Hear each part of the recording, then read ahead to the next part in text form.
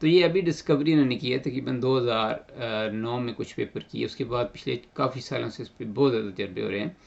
تو انہوں نے یہ دریافت یہ کیا سائنٹسٹ نے کہ جب آپ کا میلاٹونن انکریز ہوتا ہے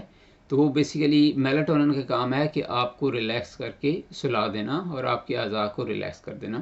تو اس میں وہ کیا کرتا ہے کہ آپ کے جو بیٹا سیلز ہوتے ہیں، آپ کے جو انسولین پروڈکشن والے سیل ہیں،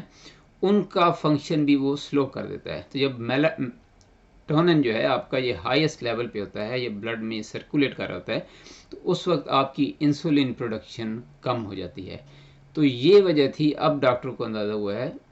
کہ جب مارننگ میں اسی بندے کی انہوں نے شوگر چیک کی، 50 گرام سولوشن جب اس کو دیا شوگر کا دن میں، تو اس کی شوگر ٹھیک تھی، لیکن شام کو جو ہے جب انہوں نے وہی ٹیسٹ کیا تو اس کی شوگر ٹھیک نہیں تھی۔ تو اس کی ریزن یہ ہے کہ جب میلاٹونن شام کو آپ کا بلڈ میں آنا شروع ہو جاتا ہے، انکریز ہو جاتا ہے، جب میلاٹونن انکریز ہو جاتا ہے تو آپ کا انسولین جو ہے وہ پروڈکشن بہت کم ہو جاتی ہے، کیونکہ یہ ایک نیچرل چیز ہے۔ رات کو آپ سوتے ہو تو کوئی بھی نہیں کھاتا، تو رات کو انسولین کی آپ کو ضرورت نہیں ہے، کیونکہ جتنی انسولین رات کو آپ کی زیادہ رہے گی، آپ سو رہے ہیں تو اتنے آپ کو ڈیمیج کرے گی آپ کی آرگنز کو۔ تو اس لیے میلاٹونن زیادہ ہوتا ہے، انسولین آپ کی کم ہوتی ہے۔ تو اس لیے شام کے وقت کوشش یہ کریں، ڈائبیٹک لوگ یا نان ڈائبیٹک بھی، کہ آپ شام کو سونے سے پہلے 2-3 گھنٹہ پہلے اپنا جو بھی آپ کو لاسٹ میل ہے کھا لیں، اور صبح اٹھنے کے بعد اگر آپ کچھ بھی کھائیں گے کاربوہائیڈریٹ، بے شک آپ ایک بریڈ کا ٹوسٹ لے لیں، بہت تھوڑی مقدار میں کاربوہائیڈریٹ بھی کھائیں گے ایون پروٹین کے ساتھ بھی، تو وہ جو ہے وہ آپ کا چونکہ انسولین پروڈکشن کم ہوگی آپ کی، کیونکہ میلاٹونن جاگنے یا اٹھنے کے 2 گھنٹے بعد تک آپ کے بلڈ میں رہتا ہے، تو اس وقت تک آپ کی انسولین سمجھیں کہ جو نارمل بندے کی ہے وہ بھی کم بن رہی ہوتی ہے۔ اگر آپ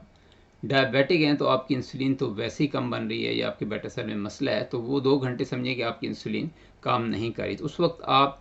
کچھ بھی کارب کھائیں گے تو وہ آپ کی شوگر جو ہے وہ ہائی کر دے گا اور ہائی رکھے گا۔ تو اس لیے مارننگ میں کوشش کریں کہ کم از کم اٹھنے کے بعد 1.5 سے 2 گھنٹے آپ جو ہے نا اپنے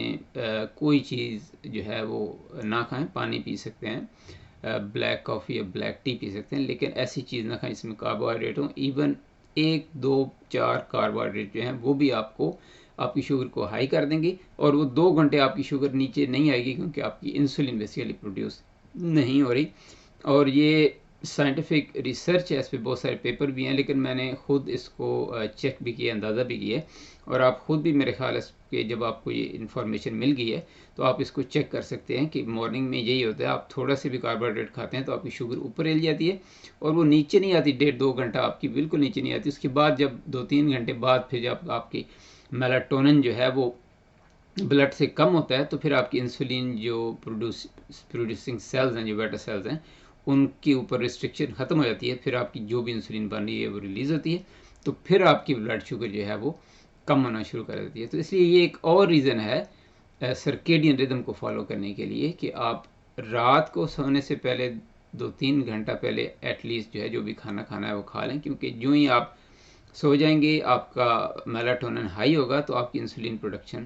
بہت کم ہو جائے گی۔ اور مارننگ میں بھی آپ کوشش کریں کہ 1.5-2 گھنٹہ اپنا بریک فاسٹ ڈیلے کریں، جب تک آپ کا میلاٹونن واپس جو ہے وہ ریڈیوس لیول پہ نہیں چلا جاتا۔ اور اس کی ریڈکشن کا ایک ہی طریقہ ہے کہ جب آپ مارننگ میں اٹھیں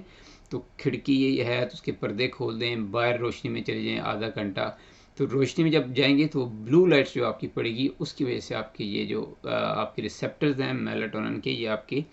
آنکھ کے اندر ہوتے ہیں، ریٹنا میں ہیں، تو وہ ریسیپٹر کی وجہ سے آپ کا میلاٹونن جو ہے وہ پھر جو ہے بلو لائٹ کی وجہ سے پھر جو ہے وہ بیکورڈ چلا جاتا ہے، اور اس کی وجہ سے پھر آپ کی انسولین پروڈکشن شروع ہو جاتی ہے۔ تو یہ میں نے کہا کہ میں سرکیڈین ردم کے حوالے سے یہ میلاٹونن والی جو نئی تحقیق آ رہی اس کا آپ کو بتا دوں، تاکہ اس کے مطابق آپ اپنی